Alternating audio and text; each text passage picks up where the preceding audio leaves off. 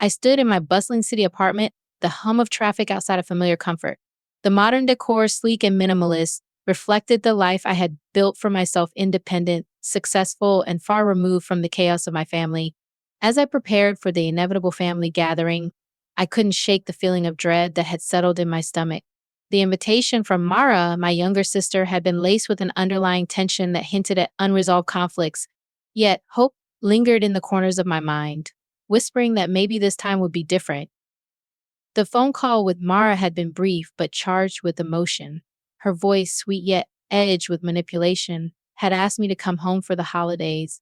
"It's been too long, Ella," she had said, her tone almost pleading. "We all miss you." I had agreed, despite the warning bells ringing in my head. The hope that this time things would be different was a powerful lure. As I meticulously prepared a dish and selected a fine wine from my collection, I reflected on the countless times I had been the family's emotional and financial pillar. The weight of their expectations and manipulations had become a familiar burden, one that I had carried for far too long. But this time, I told myself I would not let their dramas consume me. I would go in with a clear mind and an open heart, ready to face whatever came my way. The drive to the family home was filled with a mix of anticipation and anxiety. As I pulled up to the familiar house, decorated for the holidays with a false sense of warmth, I took a deep breath and steeled myself for what lay ahead. The porch light flickered as I rang the bell, and the smell of pine and cinnamon hit me as the door creaked open. My mother, Victoria, greeted me with a fake cheer that dripped off every syllable. "Ella, you're here," she sang out, her voice carrying through the hallway. Inside, the house looked like a Hallmark card, warm lights, a crackling fire, and the scent of a perfectly roasted dinner filling the air. But the tension was palpable, a thick cloud that hung over the room. My father, Henry, didn't bother getting up from his recliner, and Leela, my older sister, smiled at me with a look that said she was already plotting her next move. Her husband, James, stood silently by her side, his expression unreadable. I placed the wine on the table, the sound of the bottle meeting the wood, a sharp contrast to the soft hum of conversation. "Better early than dramatic," I said, trying to sound playful. But no one laughed.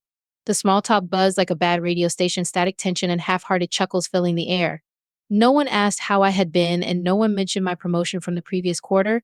It was clear that they were just waiting for something, and I had a sinking feeling that I was the main attraction. As dinner progressed, the atmosphere grew tenser. The carved ham and roasted vegetables sat untouched on my plate as I braced myself for what was to come. And then it happened. Lila stood up, wineglass in hand, her lips painted with the same shade of lipstick she only wore when she wanted to win. "Before we cut the pie," she said, her voice cutting through the chatter, "I think it's time we got honest." I looked up, my stomach churning as I met her gaze. She glanced around the table, her eyes gleaming with a smug satisfaction. "We voted," she said, her voice cold and calculated, "and we've decided that you're no longer part of this family." The words hung in the air, a harsh reality that I had feared but never truly believed would come to pass. My mother nodded in agreement, her eyes filled with a mix of regret and resolve. "It was bound to happen sooner or later," she said, buttering her roll as if she hadn't just shattered my world. I blinked, the words echoing in my mind as I tried to process what was happening. I had always known that I was the outcast, the one who didn't quite fit in, but to be officially cast out, to be told that I was no longer part of the family, was a blow that cut deeper than any knife. I stayed quiet for a moment, forcing myself to breathe as I absorbed the weight of their decision. And then, with a calm that surprised even me, I reached into my coat pocket and pulled out a thick folder. The sound it made as I set it on the table was sharp, a dull thump that cut through the tension like a knife. The room fell silent as all eyes turned to the folder, a sense of dread hanging in the air. "What's that?" Lila asked, her voice trembling slightly as she tried to maintain her composure. I leaned back in my chair, a small smile playing on my lips. "Since we're being honest," I said, my voice steady and calm, "I figure I'd come prepared." Lila grabbed the folder, her fingers flipping through the pages with a sense of urgency. As she read, her face paled, the smug satisfaction replaced with a look of shock and disbelief. Bank transfers, receipts, email screenshots, every piece of evidence that I had meticulously collected over the years, documenting their manipulations and betrayals, was laid bare for all to see. And as she hit the final page, a hotel bill from Charleston signed with her name and someone else's, I saw the realization dawn in her eyes. She had underestimated me, and now she would face the consequences. You psychopath, she hissed, her voice shaking with anger. You've been spying on us. I didn't flinch, my gaze steady as I met her glare.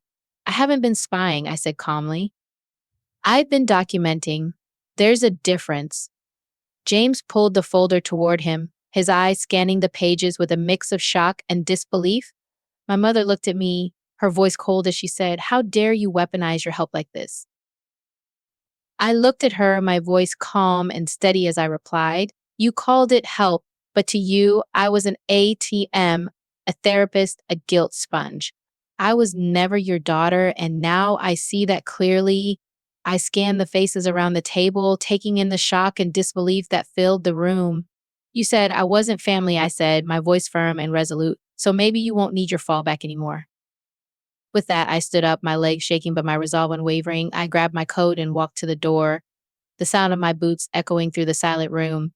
As I stepped outside, the cold air hit me like a slap in the face, but I welcomed it. The door clicked shut behind me, a polite and final goodbye to the life I had once known. And as I walked away, I felt a sense of freedom wash over me, a weight lifted from my shoulders. I was no longer their pawn, their scapegoat, their emotional and financial crutch.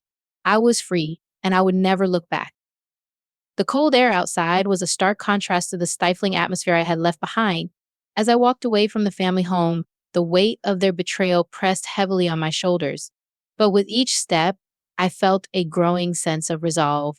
I had prepared for this moment, documenting every manipulation and betrayal, and now it was time to confront them with the truth. Back inside the house, the tension was palpable. I could feel their eyes on me as I re entered the dining room, the folder of evidence clutched tightly in my hand. Lila's face was a mask of shock and anger, her eyes darting between the pages and me as if trying to reconcile the reality of her actions with the narrative she had spun. "How could you do this to us?" she demanded, her voice shaking with a mix of outrage and fear. I met her gaze steadily, my voice calm and measured as I responded. "I did what I had to do to protect myself," I said, my tone firm. "For years, I've been your emotional and financial crutch, always there to bail you out, to listen to your problems, to be the stable one. But it was never enough, was it? You always wanted more, always expected me to give and give until there was nothing left." My mother looked at me, her expression a mix of disbelief and betrayal. "We're your family, Ella," she said, her voice trembling. "How could you turn your back on us like this?"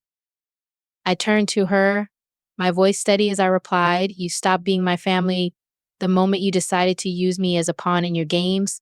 You manipulated me, drained my bank account, and then had the audacity to act like the victims when I finally stood up for myself." James, who had been silently reading through the folder, looked up at me, his expression grave. "Ella, we never meant for it to go this far," he said, his voice filled with regret. "We were desperate, and we made mistakes, but we never wanted to hurt you." I shook my head, a bitter laugh escaping my lips. "Desperate or not, you made your choices," I said. "And now you have to live with the consequences. I won't be your scapegoat anymore. I won't let you use me as an emotional punching bag, always there to absorb your blows and clean up your messes." Lila's eyes flashed with anger as she slammed the folder shut. "You think you're so much better than us, don't you?" She spat. "You think you can just walk away from your family, from your responsibilities, and start over? It doesn't work like that, Ella. You can't just erase us from your life." I met her gaze steadily, my voice unwavering as I replied, "I'm not erasing you from my life, Leela. I'm choosing to protect myself from your toxicity. I'm choosing to put my own needs first for once in my life. And if that means walking away from you, from all of you, then so be it." The room fell silent as my words hung in the air, a stark declaration of my intent. I could see the shock and disbelief on their faces, the realization dawning that I was serious, that I wouldn't back down. And in that moment, I felt a sense of empowerment, a strength that came from finally standing up for myself, from finally saying enough. As I turned to leave, Mara's voice stopped me in my tracks. "Ella, wait," she said, her voice soft and pleading. I turned to face her, my expression guarded as I waited for her to speak. "I'm sorry," she said, her eyes filled with tears. "I never wanted any of this to happen. I never wanted to hurt you. I just got caught up in it all, and I didn't know how to stop it." I looked at her, my heart aching with a mix of anger and sympathy. "I know, Mara," I said softly, "and I forgive you. But that doesn't change what happened, what they did to me, and it doesn't change the fact that I need to walk away to protect myself from their toxicity." With that, I turned and walked out of the house, the sound of the door clicking shut behind me, a final goodbye to the life I had once known. As I stepped out into the cold night air, I felt a sense of freedom, a weight lifted from my shoulders. I was no longer their pawn, their scapegoat, their emotional and financial crutch. I was free, and I would never look back. The drive to the lake was a blur, my mind racing with the events of the night. As I pulled up to the familiar spot, the water glistening under the moonlight, I felt a sense of calm wash over me. This was my sanctuary, my place of peace and clarity. And as I stepped out of the car, the cold air hitting my face, I knew that I had made the right decision. I walked down to the edge of the water, the gravel crunching under my feet, and took a deep breath, letting the stillness of the night wash over me. The events of the evening played out in my mind, a whirlwind of emotions and confrontations. But as I stood there, looking out at the calm water, I felt a sense of resolution, a knowing that I had done what was necessary to protect myself, to heal from the years of manipulation and betrayal. My phone buzzed in my pocket, pulling me from my thoughts. I pulled it out, the screen lighting up with a message from an unknown number. It was a voicemail, the name Ewan from Marlowe and Fisher flashing across the screen. I pressed play, my heart pounding in my chest as I listened to the message. Ms. Adams, this is Ewan from Marlowe and Fisher, the voice said, professional and to the point. Your father asked me to reach out regarding the family trust. He said you recently revoked certain authorizations and he'd like to discuss fallback options. He's under the impression that you're still listed on several fallback clauses as power of attorney. He'd like to meet to discuss this further. I hung up the phone, a bitter laugh escaping my lips. Even now, after everything that had happened, they still thought they could manipulate me, still thought they could use me as a pawn in their games. But I was done playing their games, done being their scapegoat. I dialed Yuan's number, my voice steady and firm as I spoke. Tell him I don't hold that power anymore, I said, my tone leaving no room for argument. And even if I did, I wouldn't lift a finger to help him. He made his choices, and now he has to live with the consequences. As I ended the call, I felt a sense of finality, a knowing that this chapter of my life was finally closed. I looked out at the water, the moonlight shimmering on the surface, and took a deep breath, ready to face whatever came next, ready to embrace the freedom and empowerment that came with finally standing up for myself. The days that followed the confrontation were a blur of emotions and logistics. I moved swiftly, driven by a newfound determination to rebuild my life on my own terms. The first step was finding a new place to live, one that was free from the shadows of my past and the manipulations of my family. I signed the lease on a modern apartment in the heart of the city, a space that reflected the independence and strength I was cultivating within myself. As I boxed up the remnants of my old life, I felt a sense of liberation. Each item I donated or discarded was a weight lifted, a tie severed. The family portraits, the heirlooms, the framed cross stitches with their saccharine sentiments, all of it went, replaced by clean, empty walls that held the promise of a fresh start. The only thing I kept was an old red sweater, a remnant of a Christmas long past. It had been a gift from my mother, a symbol of a time when I had still believed in the possibility of a loving, supportive family. But even that was tainted by the memory of her manipulations, and so I donated it to a shelter, a final act of letting go.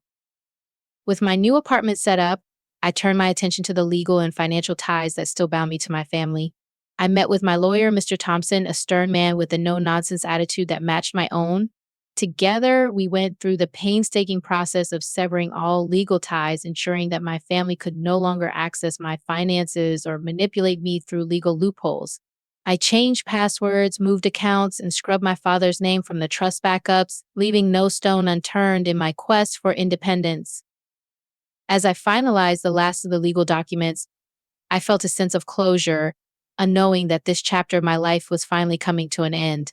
But even as I reveled in my newfound freedom, I couldn't shake the feeling of emptiness that lingered in the quiet of my apartment. The silence, once a source of comfort, now felt heavy with the absence of the life I had left behind. It was in this state of limbo that Mara showed up at my doorstep, her face blotchy and her eyes swollen from crying. She stood there, a duffel bag slung over her shoulder and a tote that looked like it had been hastily packed, her expression a mix of exhaustion and desperation. I hesitated for a moment, the memories of her betrayal still fresh in my mind, but as I looked into her eyes, I saw a reflection of my own pain and confusion, and I found myself stepping aside to let her in. Mara didn't speak as she entered the apartment, her movements slow and heavy, as if the weight of our shared past was pressing down on her. I didn't press her, instead, giving her the space she needed to gather her thoughts and find the words to express what had brought her to my door.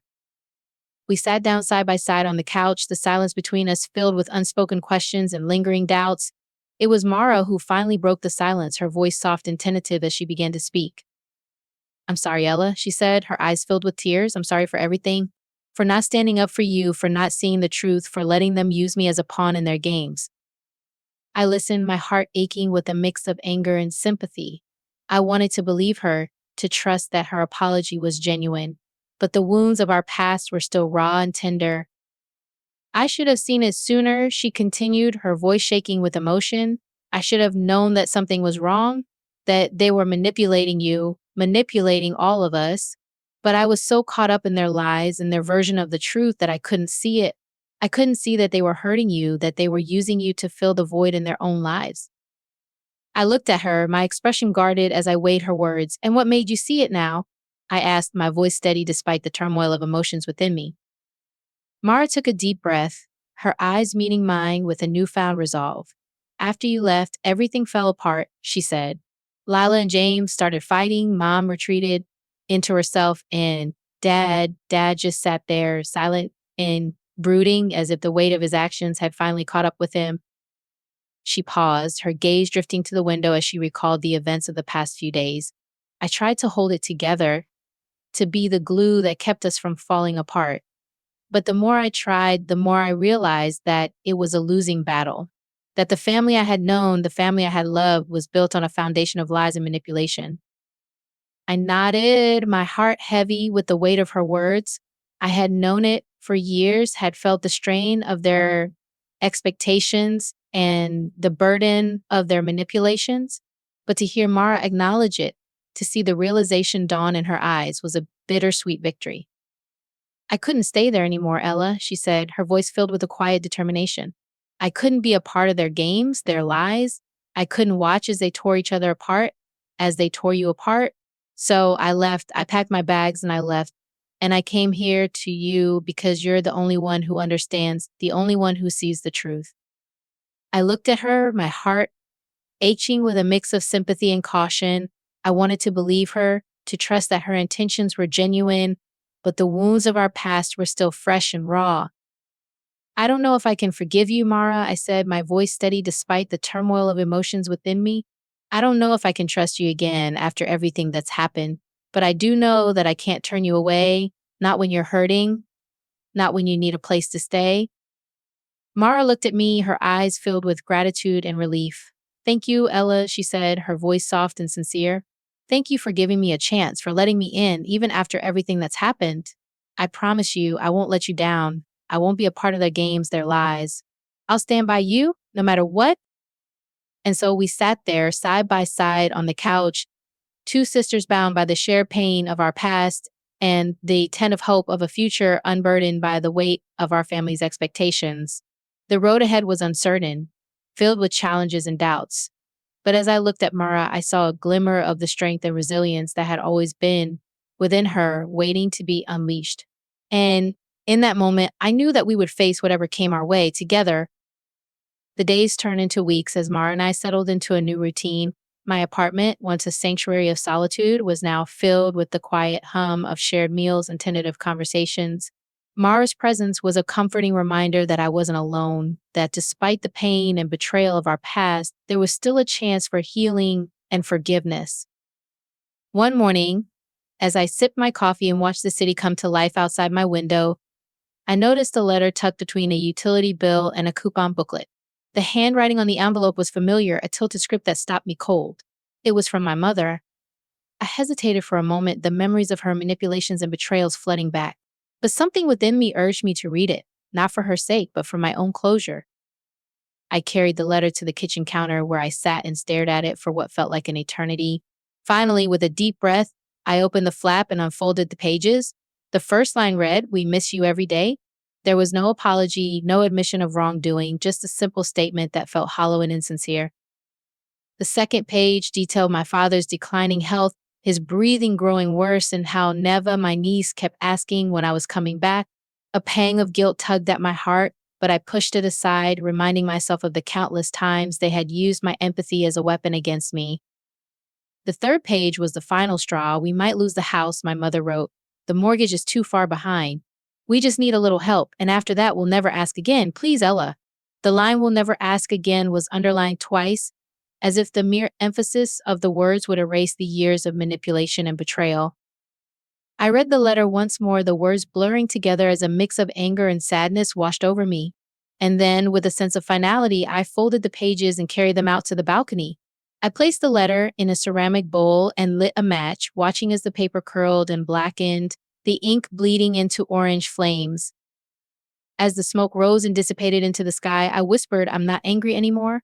I'm just done." The weight of their expectations, their manipulations, their betrayals, all of it lifted from my shoulders, replaced by a sense of peace and resolution.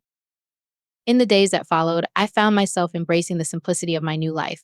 I walked Neva to school, her small hand in mine, and cherished the moments of innocence and joy that she brought into my world. I reconnected with old friends, their support and understanding a balm to the wounds of my past. And I focused on my career, pouring my energy into projects that fulfilled me and allowed me to grow. One evening, as Mara and I sat on the balcony, wrapped in blankets and sipping wine, I looked out at the city skyline and felt a sense of contentment.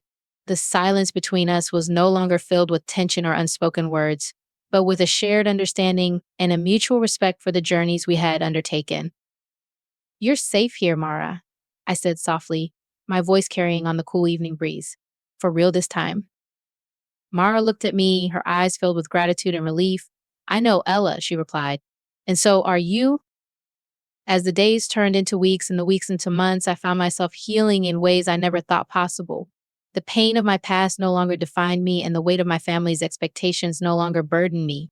I was free, truly free, to live my life on my own terms, to embrace the challenges and opportunities that came my way, and to grow into the person I was always meant to be. One evening, as I stood at my kitchen window, watching the city lights flicker to life, I felt a sense of peace wash over me. The journey had been long and arduous, filled with pain and betrayal, but also with moments of profound growth and self-discovery. And as I looked out at the world before me, I knew that I was ready to embrace whatever came next, to write the next chapter of my story with courage, resilience, and an unwavering belief in my own strength. The road ahead was uncertain, filled with challenges and doubts, but also with the promise of new beginnings and endless possibilities. And as I stood there, bathed in the soft glow of the city lights, I knew that I was ready to face whatever came my way, to embrace the future with open arms, and to write my own story, one of healing, growth, and unyielding strength.